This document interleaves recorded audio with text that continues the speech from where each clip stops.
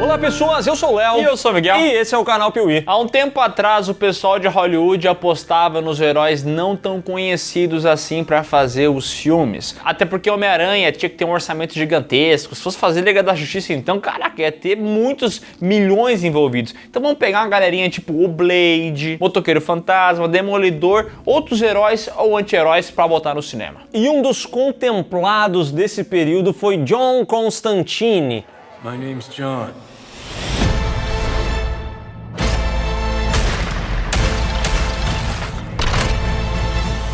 Ele mesmo, o fumante sarcástico que acabou sendo interpretado por Keanu Reeves em um filme que divide e muito as opiniões do público. Uns adoram e consideram ele um filme subestimado, outros não suportam essa obra e dizem que ela deturpa completamente o que é Constantine. Mas afinal de contas, Constantine é bom ou não é? Adapta bem ou não adapta? Pra onde a gente vai nessa história? Apague as luzes do seu quarto porque tá começando mais um Filmes que Existem aqui no canal Piuí, hoje sobre Constantine. E eu vou conseguir o like de você. Eu vou conseguir. Nem que eu tenha que exorcizá-lo de ti, mas eu vou conseguir.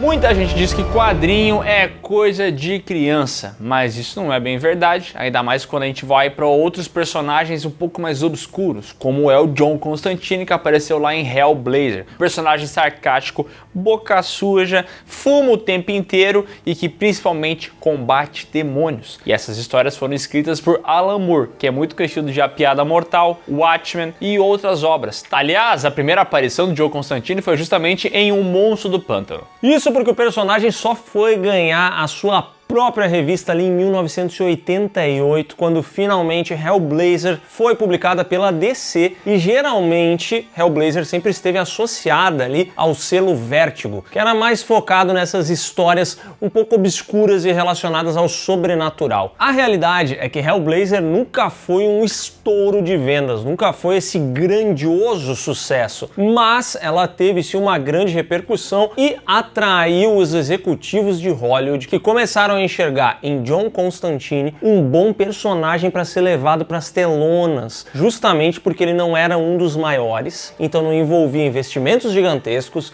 não tinha um risco imenso e eles podiam ter alguma liberdade criativa nessa adaptação. Porém, em Constantine essa liberdade foi até grande demais. Isso porque John Constantine nos quadrinhos é um britânico loiro que foi baseado, inclusive a parte visual, no Sting lá do The Police, e tinha características muito específicas que faziam ele ser esse anti-herói britânico. Quando foi para adaptação, chamaram Keanu Reeves, que essa altura do campeonato fazia muito sucesso porque ele tinha acabado de sair de Matrix, e falaram assim, olha, não precisa ser britânico, não precisa ser loiro e não precisa ter um monte de coisa que tem no quadrinho, tá? Vamos mudar isso aí. E foi aí que começou os motivos para muitos fãs odiarem esse filme, mas também para tantos outros adorarem ele. Lançado em 2005 com o roteiro de Kevin Broadbent de Caçadores de Mentes e Frank Capello de A Fúria, com direção do estreante Francis Lawrence, que no futuro foi fazer Jogos Vorazes, Em Chamas, também fez Eu Sou a Lenda, também fez Red Sparrow. Alguns filmes assim interessantes, pelo não mútil, né? Me respeite, lixo! Constantine abre com um mexicano aleatório encontrando a Lança do Destino. Para quem não sabe, é a lança que ceifou a vida de Jesus Cristo. Essa lança esteve em poder dos nazistas durante muito tempo porque reza a lenda que ela fornecia imortalidade ao seu portador. E esse mexicano genérico é justamente quem encontra enrolada numa bandeira nazi essa lança. Ao pegar ela na mão, ele é possuído e fica completamente transformado.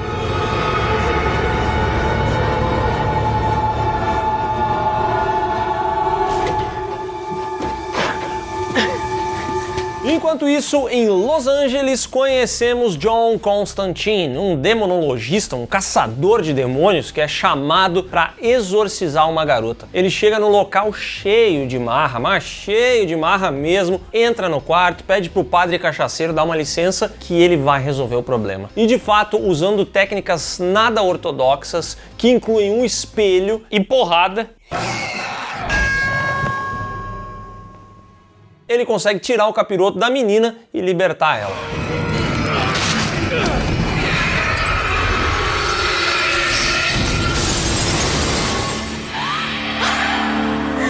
Tudo estaria bem, seria um bom dia se John Constantine não descobrisse pouco tempo depois que ele está com um câncer terminal. Constantine, em certo momento, encontra Gabriel, interpretado por Tilda Swinton, e ele fala assim, Constantine, olha, eu já derrotei vários demônios, ajudei bastante aí a causa dos anjos e tal, eu acho que eu mereço ir pro céu, vê se tu fala lá com o pessoal pra poder entrar, mas aí o Gabriel comenta assim, pô, mas é que pra ir pro céu tem que ter fé, coisa que tu não tem, meu irmão, tu tá ferrado. O que ele quer de mim? Só o de sempre, que você acredite. Abnegação. Ah, mas é claro que eu acredito. Não, você sabe. Depois daquele encontro, ele é atacado por um demônio de vários insetos, ele quase toma uma pior, porque esse ser é realmente poderoso, e ele fala o seguinte pro Constantine, olha, não mexe nos negócios do capiroto, deixa o capiroto fazer capirotagem. Capeta, o Satanás existe, porra! Porém, John Constantine não desiste, ele vai até o bar ali de um cidadão chamado de Meia-Noite. E essa região é praticamente um local de trégua entre anjos e demônios. É o hotel continental desse universo. Sabe aquele que tem em John Wick, onde ninguém pode matar ninguém? Esse aqui é o bar do Meia-Noite. Ali, o Constantine fala pra ele, ó, vou te dizer uma coisa, tem demônios tentando vir pra Terra, mas o Meia-Noite diz pra ele que isso é impossível, isso não tem como acontecer. E é ali que ele avista pela primeira vez o Baltazar, o mestiço, metade humano e metade demônio, que ainda vai incomodar bastante durante o filme. Metade demônio, metade humano, 100% arrombado. Eu vou comer teu coração na ponta da faca, rapaz. Enquanto isso, a detetive Angela Dodson investiga a morte da sua irmã. Ela infelizmente tirou a própria vida após se jogar da janela do 5º andar lá de um hospício. Ela sabe que a irmã dela tinha problemas psicológicos, mas ainda assim ela desconfia que essa morte ela tá muito estranha, deve ter alguma coisa bizarra por trás. Fala o que aconteceu. Isso porque a irmã dela era muito católica e ela sabe que ela jamais tiraria a própria vida porque esse ato condenaria ela ao inferno. E a Angela, que é essa detetive incrível, vai atrás de algumas imagens e vê a sua irmã pouco tempo antes de morrer falando o nome Constantine. Eu sinto tanto, Isa. Constantine.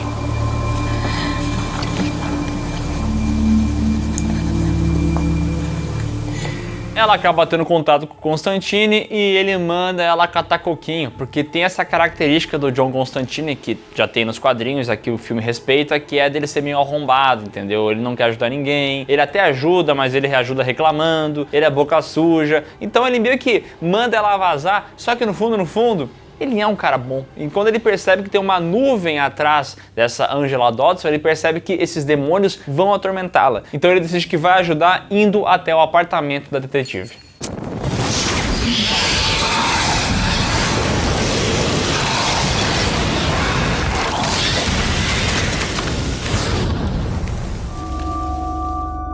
Lá ele faz um ritual que utiliza ali uma bacia com água, chamado fazer a unha do pé. Ele coloca a unha ali, a unha amolece, ela corta. Cutícula também, né? Cutícula. E na sequência ele utiliza essa água como um portal para ir até o inferno. E é lá no inferno que ele constata que a Isabel, a irmã da Angela, realmente está lá. Ou seja, ela de fato tirou a própria vida. Mas ele também explica para Angela que existe uma espécie de guerra entre anjos e demônios rolando o tempo inteiro. Não significa que os anjos e os demônios estejam na Terra. Não, eles estão no inferno, eles estão no paraíso. Mas na Terra, os mestiços, metade anjo, metade humano, metade demônio, metade humano, eles estão sempre aqui, ó, no ouvidinho da gente, nos influenciando a fazer coisas. Não paga o IPVA. Deixa o like no vídeo. Filho de anjo e demônio.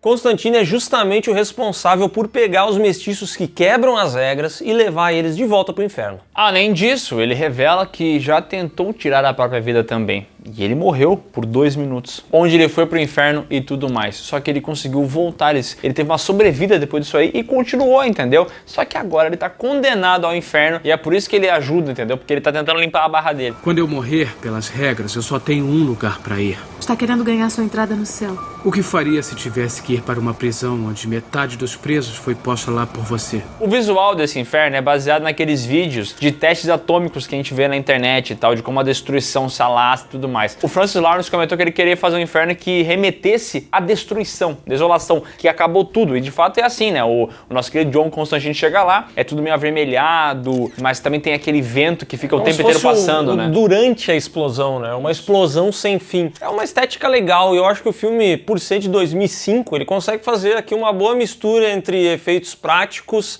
e CGI. Tem isso o tempo inteiro, o filme usa bastante CGI, mas eu acho que de modo geral ele se sai bem, né?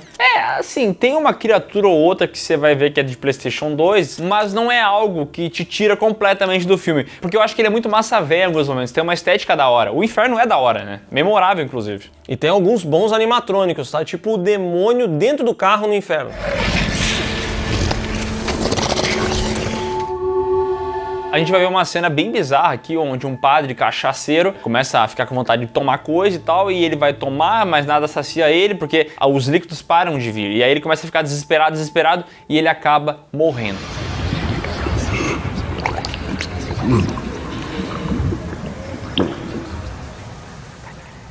O Constantine vai descobrir o corpo do padre, mas vai perceber que tem um símbolo na mão dele. E aí, analisando isso com o apoio de um suporte ali que o Constantine tem... incluindo o Shia LaBeouf, né, que a gente nem comentou ainda, mas é o sidekick dele nesse filme, é o Robin desse Batman. Cara, nada a ver, né? Ninguém tem paciência comigo. É uma das coisas mais fora de contexto do filme, são justamente esses ajudantes do Constantine. Ele tem o cara da tecnologia que vai fazer com que ele chegue até a Bíblia do Inferno, pesquisando esse símbolo, e ele também tem o seu outro assistente, que é o Shia LaBeouf, que tá aqui interpretando o personagem dele em Transformers, que é aquele personagem que ele fez em uns 15 filmes, pelo menos, e que é completamente fora de tom do filme. Ele fala rapidinho e ele é todo atrapalhado. Eu só acho que não é uma boa ideia você sair em missão solo para salvar o mundo. É o que eu acho, esse é o meu voto. Eu não sei o que o Papi pensa, mas é o que eu... Como eu ia dizendo, ele conecta os pontos e chega até a Bíblia do Inferno, mais especificamente ao nome de Mamon, o filho de Lúcifer. E assim ele descobre que Mamon pretende dar um golpe no seu pai e estabelecer o seu reino na Terra. Mamon não tolera o domínio de seu pai e quer criar o seu próprio reino de fogo e sangue. Bom, o Mamon teria a Isabel para fazer esse rolê, só que ela picou o pastel, entendeu? Ela percebeu que ia ser utilizada e acabou tirando a própria vida, e agora o Mamon precisa de outra. E quem que pode ser? A Ângela, que por ser irmã gêmea da Isabel, compartilha dos poderes sensitivos. O Mamon não consegue fazer as coisas sozinho, sabe por quê? Com uma mão lava a outra. Isso é uma piada bem gostosa. Com a sua sensitividade à flor da pele, Ângela consegue localizar o Baltazar, que é um mestiço que tá querendo trazer o Mamon pra Terra. E aí os dois se preparam para ir atrás dele. É aqui que o Constantine pega pela primeira vez a arma dele, que tem o formato de uma cruz, aquela arma dourada, memorável pra caramba, maneiríssima. Nada a ver com os quadrinhos, tá? A gente sabe, não tem nada a ver, os quadrinhos é muito mais disputas de papinho e tal, inteligência. E aqui o filme investe muito mais numa pegada de ação. E que eu entendo, né? Já que é o Keanu Reeves, ele tava em Matrix, eles quiseram fazer uma parada meio parecida. Aliás, o filme Constantine deu origem a um game de PlayStation 2 muito da hora, que era muito massa usar essa 12, né?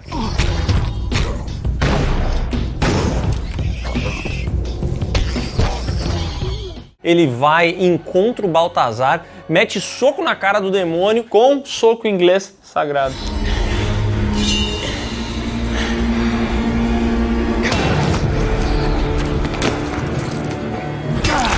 O soco inglês sagrado e a água benta, ele consegue arrancar a informação que precisava. Mamon virá à Terra de volta utilizando Ângela. Como a Isabel morreu, ela se matou para não ser capturada pelo demônio, então ele não tem os poderes dela, mas ele tem a Ângela, que é quem ele vai utilizar, e a ajuda divina que ele precisa para concluir o ritual é justamente a lança encontrada pelo nosso mexicano genérico lá no início do filme. Eu não o conozco, senhor. No fim das contas, Constantine pega as informações e deixa o Baltazar vivo. Mas é aí que uma entidade misteriosa surge, mata ele e sequestra a Ângela, levando ela entre prédios, quebrando várias paredes, com o Constantine indo atrás com aquela arma. E é uma puta cena de ação essa daqui, tá? Não sei, estou sentindo.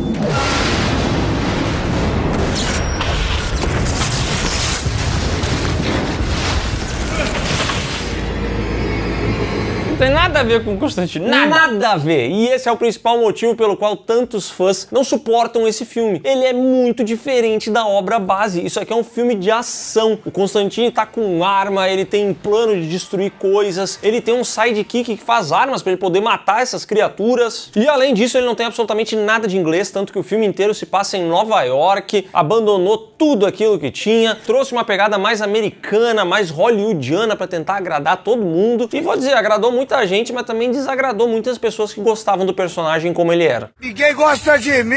Sem dizer que ele mistura vários arcos do quadrinho, pega um pouquinho de um pouquinho do outro, faz uma mistureba e entrega isso aqui. Aliás, o Constantine, ele é muito sarcástico nos gibis, e aqui no filme ele também vai ser. Só que é o Keanu Reeves que tá fazendo. Um ator que você sabe bem é bem limitado. Você pode gostar dele, amar e tudo mais. Todo mundo gosta dele, ele é muito da hora, mas assiste esse filme no idioma original, tá? Tira a dublagem do Reinaldo Buzzoni, que é muito boa, e vai pro original. Você vai ver que ele tem dificuldade de entregar as linhas sarcásticas, as piadas. É bem fraco, real. By the way,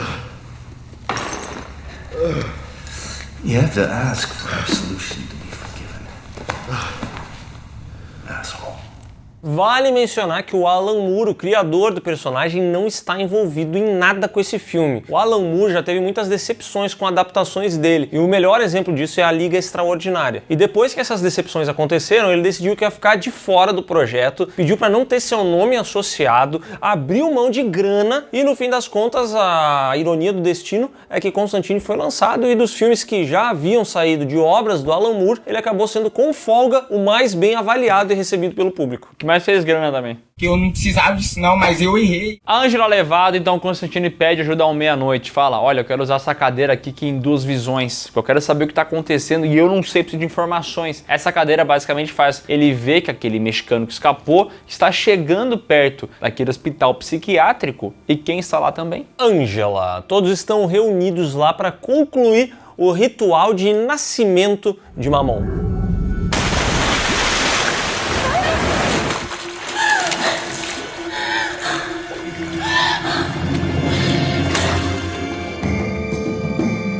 Constantine então chama o seu assistente Sam Witwick, eles se armam e eles vão até o hospital psiquiátrico. É lá, inclusive, que o Sam coloca um grande plano em prática, que é botar um crucifixo dentro da caixa d'água e transformar toda a água do local em água benta. Porque é assim que funciona, né? Sim, é fácil, tô. Olha que eu aprendi a fazer. Constantine tá lá, tá lotado de demônios, ele ativa o sistema anti-incêndio e começa a chover, né, pelo teto. E aí, meu amigão, é muito demônio sendo cozinhado com aquela água lá e ele dando tiro de 12 santa. Puta, isso é muito bonito, cara, que isso?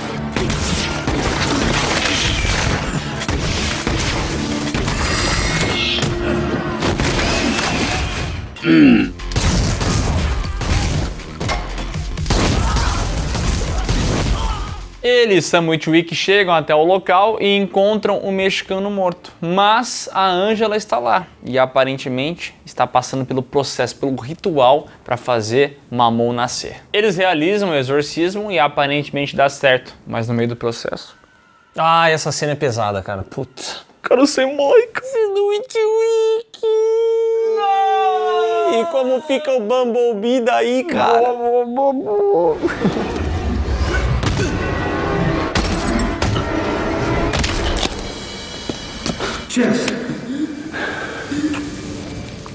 É aí que ele aparece. Quem? Mamon?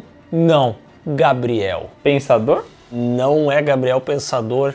Vencedor do prêmio Jabuti. Não é ele? Tá na hora de molhar o biscoito. Mas não é ele que aparece, é o anjo Gabriel, que surge aqui e revela estar completamente pistola com o que Deus tem feito com os humanos. Isso porque ele é piedoso demais, entendeu? É muita piedade, todo mundo aqui vai pro céu. A pessoa mata alguém, a pessoa faz não sei o quê, depois ela se arrepende e vai pro céu. Assassinos, estupradores, molestadores, todos vocês. Basta se arrependerem e Deus os acolhe. É aquela velha história que você já viu também, Senhor dos Anéis, do Sauron não aceitar que o deus deles ama mais os humanos que são fracos do que amar os anjos. Sabe aquela parada? Ele não quer isso. Gabriel aqui quer transformar a Terra num inferno e assim só aqueles que realmente merecem, aqueles que sobreviverem a esse inferno é que vão ter o direito de ir pro céu. É por isso que ele precisa concluir o ritual e trazer Mammon para a Terra. O Constantine fica na merda. E sem saber como sair daquela situação, e sabendo que o Lúcifer não vai gostar muito dessa ideia do que o Mammon tá fazendo aliança ali com o Gabriel, ele tira a própria vida, porque ele sabia que o próprio Lúcifer ia lá buscar a alma dele. E é exatamente isso que acontece. Quando o Constantine vai dessa pra uma pior, aparece lá o Lúcifer falando: olha quem chegou! Você é o tipo de alma que eu viria buscar pessoalmente.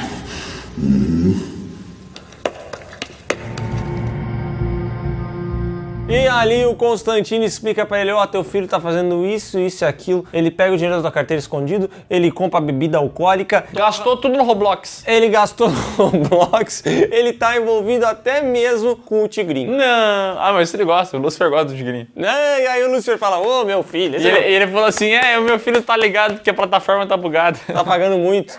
Ai, tigrinho. E o visual do Peter Stormare é muito da hora, que ele tá com essa roupinha branca, os pés sujos, parece uma girl, e ele é todo sarcásticozinho, tá ligado? Eu acho da hora essa participação aqui, esse Lúcifer diferente, porque ele não é bonito, geralmente os Lúcifers que a gente conhece são bonitos, né? Aqui ele é feio mesmo. Eu sou, tipo, muito feio, pessoalmente. E ele não era pra ser assim, né? Porque a produção queria que fosse uma coisa mais tradicional, ele com roupa preta, mas o ator, que é muito religioso, queria uma pegada um pouco diferente, para que ele aceitasse a proposta de interpretar o próprio demônio. E uma atitude muito diferente daquela que a produção queria. E vou dizer uma coisa, deu certo, tá? Ficou bem memorável. Muito obrigado. Sabendo que seu filho tá envolvido com Roblox, Minecraft e outras coisas, Lúcifer manda Mammon de volta pro inferno e dá a Constantine um último desejo. Constantine então aceita trocar sua vida, sua alma pela de Isabel. Ele fala assim: Isabel tem que voltar pro céu, porque é sacanagem, ela fez isso aí pra parar o Mammon, entendeu? Então ela não merece estar lá no inferno agora. Está renunciando a sua vida para que ela vá para o céu.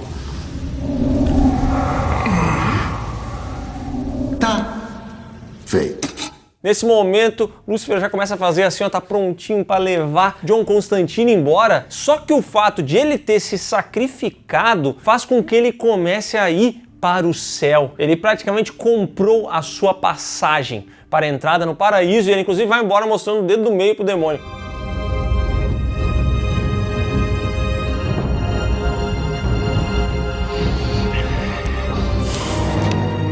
Mas Lúcifer diz que aquela alma ali pertence a ele. Então ele não vai fazer o cara ir pro céu, não. Ele enfia a mão no peito do Constantine, tira o câncer do peito dele. Quando eu era criança eu achava que aquelas bolinhas pretas eram os pulmão podre dele já. Mas é só o câncer que ele tira. E ainda bem que não era câncer de próstata também, né? Ia ser muito foda no final, enfiar a mão no rabo do Constantine. Uma boa história, homem. Mas aí o Constantine não morre e dessa forma ele volta à Terra vivo. Isso porque Lúcifer acredita que cedo ou tarde Constantine vai voltar pro caminho ruim. É porque ele usa droga, ele vai pro prostíbulo, ele joga no tigrinho, né? Ele também gasta uma grana no Roblox. Olha quanto que você gastou no meu cartão, R$1.000, meu, só de jogo, você tá ficando doido. Acontece que no fim das contas a gente vê que Angela ficou com a missão de esconder, de dar um jeito nessa lança do destino, e John Constantine, numa cena final, quando ele tá prestes a acender um cigarro, na verdade ele masca um chiclete de nicotina, porque ele está parando de fumar. Tome! Se o filme fosse moderno, ele ia fumar um vape, né? Ele trabalha de forma misteriosa. Algumas pessoas gostam, outras não. E numa cena pós-créditos, John Constantine vai visitar o túmulo do seu amigo Sam Witwicky, que tá lá em forma de anjinho agora. Muito ruim, nossa.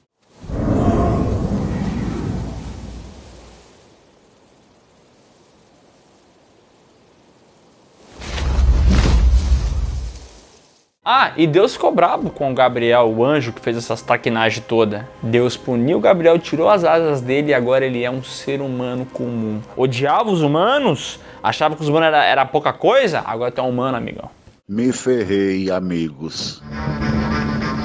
Constantine custou 100 milhões e faturou 230. Não foi muito bem aceito nas críticas também, porque o pessoal achou o visual do filme meio genérico e até acharam meio mal feito algumas coisas do CGI e tal. Até porque o filme aposta bastante em CGI. Mas a principal reclamação é do roteiro, que é raso e confuso. E aí eu concordo. O roteiro é cheio de artifício, é o Gabriel que quer fazer o Mamon voltar, mas daí precisa do mexicano, o mexicano tem que ir até a Ângela é sensitiva, aí precisa da adaga. É uma coisa tão simples. O cinema já falou tantas 250 milhões de vezes sobre alguém querendo trazer um demônio de volta, que é inacreditável que eles têm que dar tantas voltas pra falar um negócio tão óbvio e bobo que nem esse não, aqui. E olha quantas coisas são. É o mexicano, é a adaga, é a Ângela sensitiva, aí tem a Isabel, aí tem... Pô, não para, uma a cadeira do meia-noite que tem que ser usada, e o cara tem o ajudante Sam Witwick, mas ele também tem um outro ajudante que fica cuidando das partes tecnológicas. E tem um meia-noite, às vezes, que não quer ajudar. Cara, tipo assim, é muita coisa pra algo extremamente simples. Então eu também acho que o roteiro desse filme é o ponto fraco dele, mas ainda assim, eu vou dizer, no fim das contas, eu acho esse filme divertido, tá? Sabe o que é o lance desse filme? Qual? Que ele é massa véi. Nossa, aquela cena que começa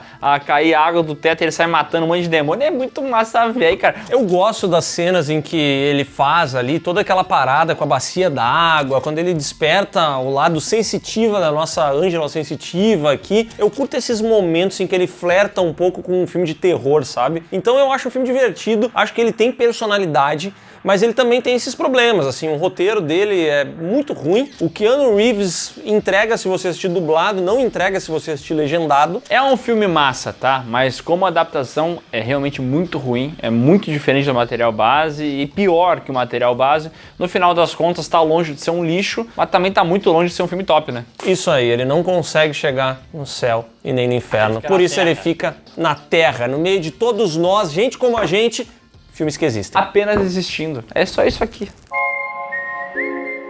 Então é isso, pessoal. Sai, capeta! E deixa um like nesse vídeo agora mesmo, senão, olha, velho, eu vou ficar triste e até não quero falar o que a personagem da irmã da Ângela fez. Pesado, hein? Não se esquece de conferir aqui na descrição do vídeo os links que vão levar você para as nossas redes sociais, para as lives do Miguel e para o PeeWeeCast, podcast do canal Piuí, que está no YouTube e no Spotify.